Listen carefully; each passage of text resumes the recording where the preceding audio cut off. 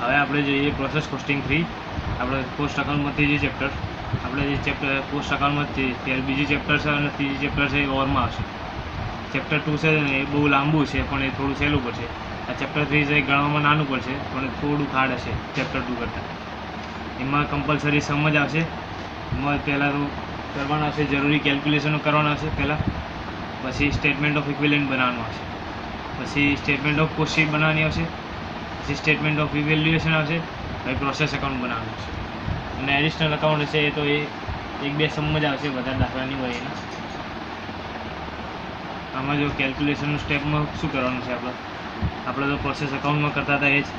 આપણે debit side આપણે લખતા હતા ઓપનિંગ સ્ટોક, ઇન્ટ્રોડ્યુસ યુનિટ ને એબ નોર્મલ ગેઇન, આ તો લખતા હતા જ. અને ક્રેડિટ સાઇડ આપણો નોર્મલ લોસ આવે, એબ નોર્મલ લોસ આવે, ક્લોઝિંગ સ્ટોક આવે અને પ્રોડક્શન આવે. આ 7 વસ્તુ તો કમ્પલસરી આપણે પહેલાં કેલ્ક્યુલેશનમાં લખવાની છે. પછી સ્ટેટમેન્ટ ઓફ ઇક્વિવેલન્ટ આવશે બનાવવાનું, પછી કોસ્ટ શીટ આવશે સ્ટેટમેન્ટ, પછી સ્ટેટમેન્ટ ઓફ ઇવેલ્યુએશન અને પછી પ્રોસેસ અકાઉન્ટ. એડિશનલ અકાઉન્ટ એક બે સમજ આવશે. હવે સ્ટેટમેન્ટ ઓફ ઇક્વિવેલન્ટના જે ખાસ રૂલ્સ છે એ ધ્યાન રાખવાનું. પહેલાં જે ઓપનિંગ સ્ટોક આપ્યો ને એ એપ કમ્પ્લીશન લેવાનું. એપ કમ્પ્લીશન એટલે શું? જે કમ્પ્લીટ ના હોય. ધારો કે 100%માં 60% કીધું કમ્પ્લીટ કીધું હોય ને તો આપણે 40% લેવાનું. જે એપ કમ્પ્લીટ હોય એ 100%માં 60% કમ્પ્લીટ હોય તો આપણે 40% લેવાના. પછી એબ નોર્મલ ગેઇન હોય એ 100% આવશે. નોર્મલ લોસ આપણે નહીં લેવાય. એબ નોર્મલ લોસ આપણે જો ગીવન હશે કાં તો 100% લેવાનો છે. અને એને ક્લોઝિંગ સ્ટોક હશે એ ગીવન એટલે આપેલું જ હશે. અને પ્રોડક્શન આપણને 100%. પ્રોડક્શન આપણું 100% લેવાનું પણ એમાં શું કરવાનું? ઓપનિંગ સ્ટોક આપણું લેસ કરીને કરવાનું. ફીફો મેથડ છે એક વેઇટ એવરેજ મેથડ છે અને ત્રીજી એક થોડી અલગ પ્રકારની મેથડ. પહેલાં આપણે એમાં જોઈએ ફીફો મેથડ. ફીફો મેથડમાં સમ નંબર 5 છે. એમાં આપણને શું આપેલું છે? You are given the following information regarding production of a factory. એવું આપેલું છે. એમાં યુનિટ્સ ઇન્ટ્રોડ્યુસ 3500 યુનિટ આપે છે. તો આપણે જે પહેલાં 7 વસ્તુ લખતા હતા એ opening stock, introduce unit, abnormal gain, પછી normal loss, abnormal loss, closing stock ને પ્રોડક્શન, આ 7 વસ્તુ લખી દીધી. એમાં આપણને યુનિટ્સ ઇન્ટ્રોડ્યુસ આપણને 3500 આપે છે. 3500 યુનિટ્સ આપ્યા. હવે 3500 યુનિટ આપણે ઇન્ટ્રોડ્યુસ યુનિટમાં લખીએ એટલે 3500. પછી આપણને શું આપ્યું છે? યુનિટ્સ કમ્પ્લીટેડ યુનિટ આપણને 3000 આપ્યા છે. તો કમ્પ્લીટ યુનિટ એટલે આપણે કેટલા? ક્લોઝિંગ સ્ટોક આપણે પ્રોડક્શન કહેવાય. જેટલા આપણે કમ્પ્લીટ થઈ ગયા યુનિટ એના પ્રોડક્શન કહેવાય. તો પ્રોડક્શનમાં આપણે 3000 લખ્યા. પછી શું લખ્યું છે? Incomplete units at the year end. 500 unit આપણે ઇનકમ્પ્લીટ આપે છે તો એ આપણો ક્લોઝિંગ સ્ટોક કહેવાય 500. બીજી કઈ વસ્તુ આપણને આપી નહીં એટલે બધામાં ડેશ કરી દીધા. એટલે આપણે બંને બાજુ 3500 થઈ ગયા સરખા. એટલે આપણો જો ગમે તે એક બાજુ ઓછું આવે તો એબ નોર્મલ ગેઇન કે એબ નોર્મલ લોસ કહેવાય. હવે આપણો બીજું સ્ટેપ આવશે સ્ટેટમેન્ટ ઓફ ઇક્વિવેલન્ટ. આપણે આ બંને બાજુ ખાસ સરખું કરવાનું તો આ પછી આગળ જવાનું. પછી આવશે statement of equivalent. Statement of ઇક્વિવેલન્ટમાં કોઈ દિવસ આપણું ઓપનિંગ સ્ટોકનું ના લેવાય. પછી આપણને બીજું શું આપેલું છે? ક્લોઝિંગ સ્ટોકના યુનિટ આપ્યા. ક્લોઝિંગ સ્ટોક 500 કીધા આપણે. તો એમાં જો આમાં આપેલું શું છે? Degree of completion of work in progress. Degree of completion work in progress એટલે ક્લોઝિંગ સ્ટોક. ક્લોઝિંગ સ્ટોકનો આપણને રેશિયો આપે છે છેલ્લા 100% આપે છે. 100% છે, વેજીસ 60% છે અને ઓવરહેડ 50%. તો આપણે પહેલાં particular unit, material, veggies, overhead એમાં બધામાં પર્સન્ટેજ યુનિટ. ક્લોઝિંગ સ્ટોક આપણા 500 છે. મટીરિયલમાં આપણા 100% છે એટલે 500ના 100% 500 જ લેવાય. પછી વેજીસમાં આપણે 60% છે તો 500ના 60% આપણે 300 લેવા છે. અને હવે ઓવરહેડમાં આપણે 500ના 50% 250 લેવા છે. અને પ્રોડક્શનમાં આપણે આગળ કર્યું પેલા 3000 યુનિટ છે. આપણે ઉપર જોઈએ 3000 યુનિટ છે. એમાં મેં કીધું હતું કે આપણે હવે 100% જ લેવાય બધામાં. આમાં આપણને ઓપનિંગ સ્ટોક આપેલું નહીં ને તો આપણે લેસ કરીને લખવું પડે પણ આમાં ઓપનિંગ સ્ટોક નહીં. એટલે 3000ના 100% કર્યા. પછી આ પર્સન્ટેજનું નહીં પણ આપણે યુનિટનું ટોટલ કર્યું. આ યુનિટનું ટોટલ અહીંયા 3500, આ 3300 અને આ 3250. પછી આગળ આવશે સ્ટેટમેન્ટ ઓફ કોસ્ટ શીટ.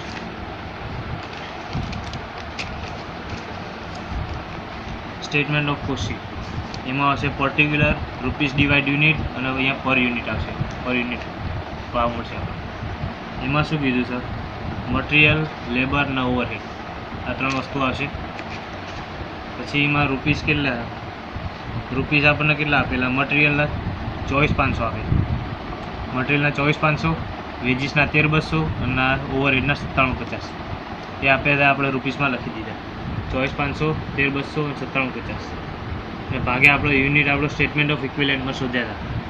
કેટલા? 3500, 3300, 32,50 મળ્યા. બરાબર. તો આ ભાગાકાર કરો એટલે આપણને 7 રૂપિયા, 4 રૂપિયા અને 3 રૂપિયા મળે.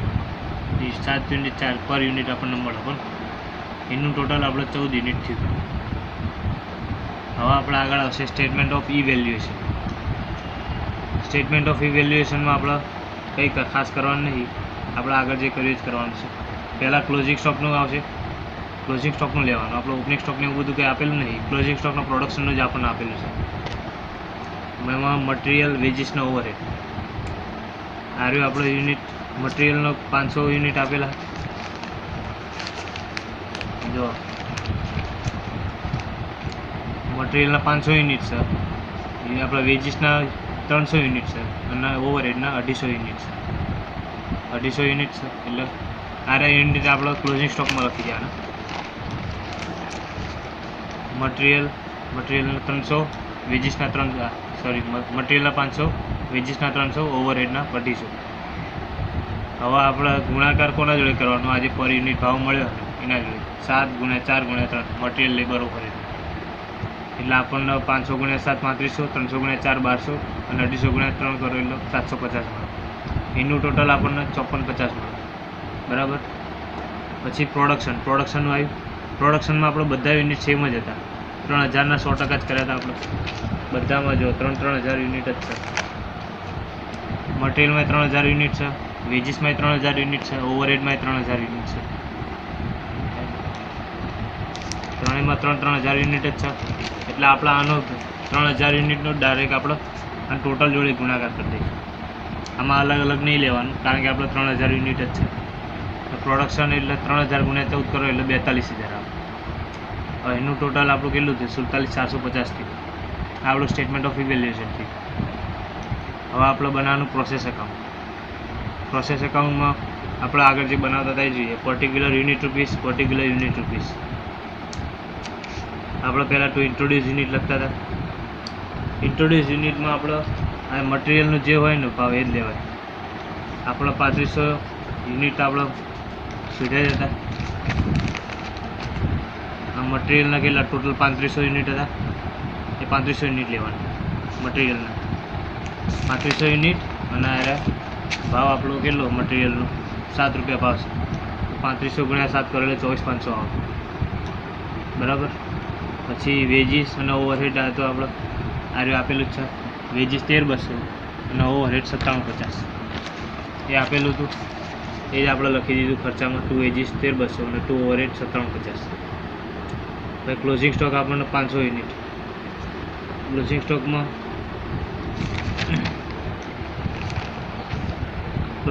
આપણે મટીરિયલનું જ આવશે. 500 યુનિટ જ આવશે.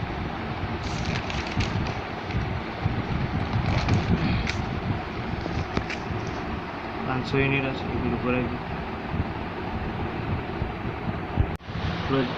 ક્લોઝિંગ સ્ટોકમાં આપણે 500 યુનિટ તો આપણને આપેલા જ હતા.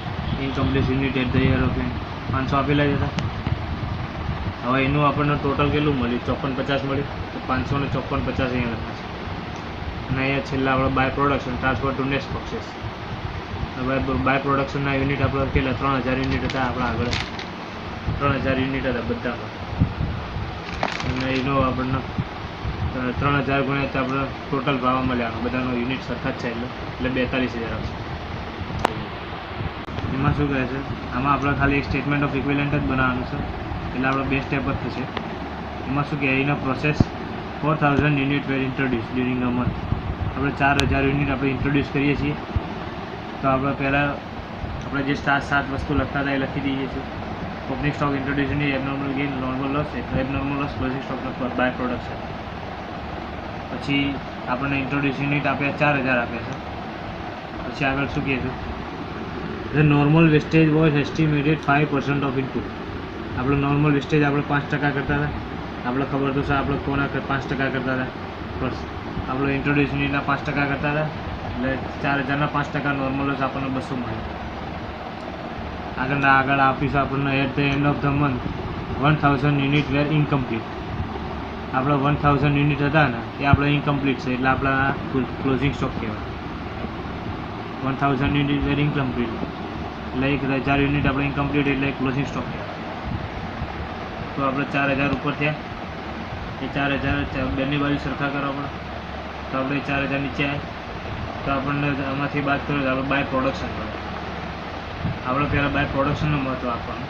જો બાય પ્રોડક્શનના યુનિટ આપ્યા હોય તો હજી ડિફરન્સ આવતો હોય તો આપણને એબનોર્મલ લોસ મળે. આ ખાસ ધ્યાન રાખજો. લખેલું છે પ્રોડક્શન ના આપી હોય તો પ્રોડક્શન કહેવાય, અને પ્રોડક્શન આપી હોય અને ડિફરન્સ આવે તો એબનોર્મલ લોસ કહેવાય. આપણે સ્ટેટમેન્ટ ઓફ ઇક્વિવેલન્ટ બનાવીશું. સ્ટેટમેન્ટ ઓફ ઇક્વિવેલન્ટમાં આપણે કરીએ પ્રમાણે particular unit, material, labour, overhead, એમાં પર્સન્ટેજ યુનિટ, એમાં આપણે પહેલાં નોર્મલ લોસ આપેલો છે. નોર્મલ લોસ 200 યુનિટ છે, પણ એમાં કંઈ નહીં આવે. આપણે આગળ જોયું નોર્મલ લોસનું કંઈ થાય નહીં.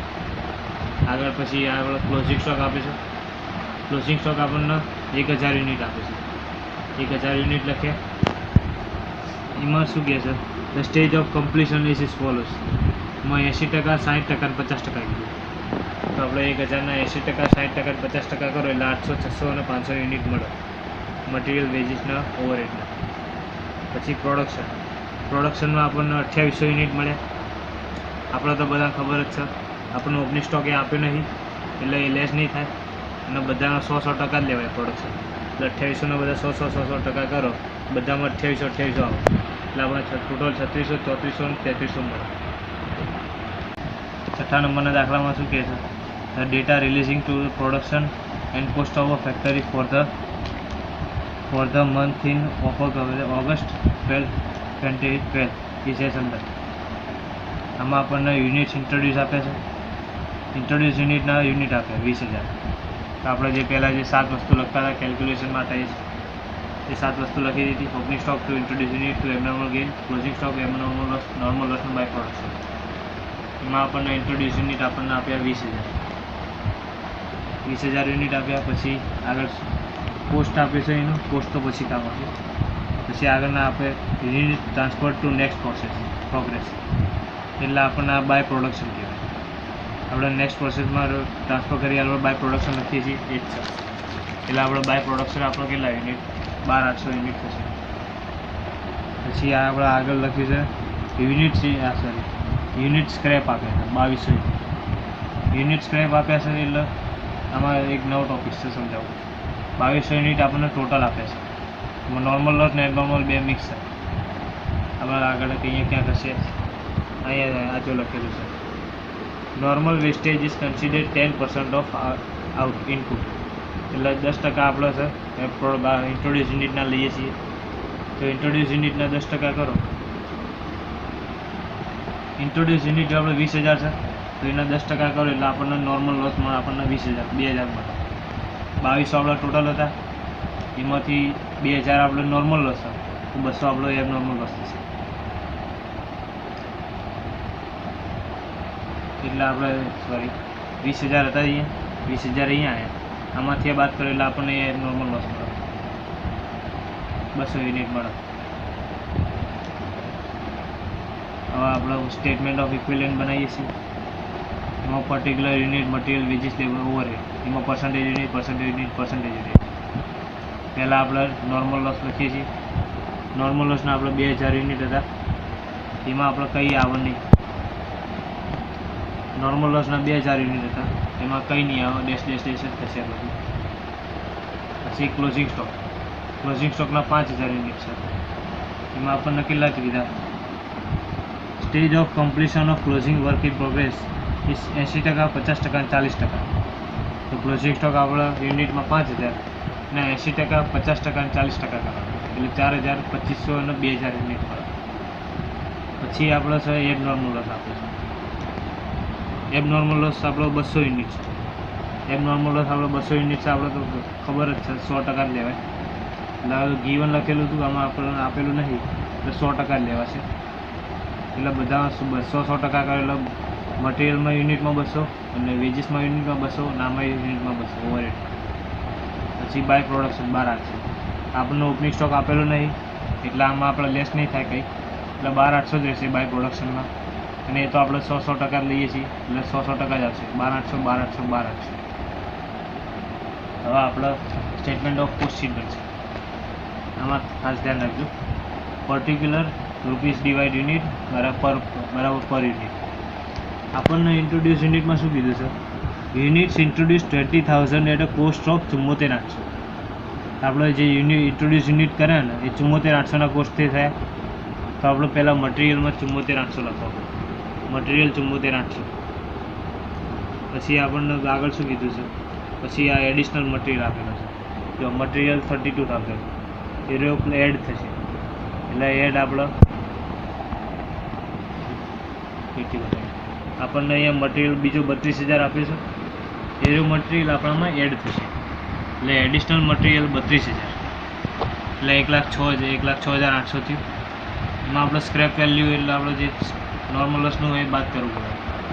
આપણે કેટલા નોર્મલ લોસના કેટલા 2,000 યુનિટ હતા, આપણે આગળ જોઈ ગયા છે. અને એની કેટલી વેલ્યુ આપી? સ્ક્રેપ રિયલાઇઝ ઇઝ ₹2.40% 2.40 પર યુનિટ. 2.40 આપણને પેલું થાય છે એટલે 2,000 × 2.40 કરો એટલે 4,800 યુનિટ આવે સ્ક્રેપ વેલ્યુ. એટલે આમાં 4,800 બાદ કરવાના 1,06,400 તો 1,02,000 આવે. અને આપણને યુનિટ તો આપણને મળી ગયા હતા આગળ કેટલા 17,000 યુનિટ મળ્યા હતા મટીરિયલના. એટલે મટીરિયલના ભાગ્યા 17,000 કરવાના એટલે 1,02,000 ભાગ્યા 17,000 એટલે આપણને 6 યુનિટ મળે, 6 પર યુનિટ. પછી લેબર આપણે કેટલા 62,000 આપેલા, 62,000 હતા. આગળ આપણે યુનિટમાં કેટલા 15,500 આપણને આપેલા છે વેજીસમાં, એટલે 62,000 ભાગ્યા 15,500 કરવાના. 62,000 ભાગ્યા 15,500 એટલે 4 યુનિટ આવે.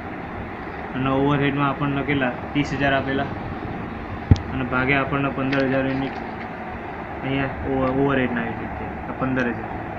30,000 ભાગ્યા 15,000 કરો એટલે 2 યુનિટ આવે અહીંયા. એટલે આપણે ટોટલ અહીંયા 12 યુનિટ પર થાય. હવે આવશે આપણું સ્ટેટમેન્ટ ઓફ ઇવેલ્યુએશન.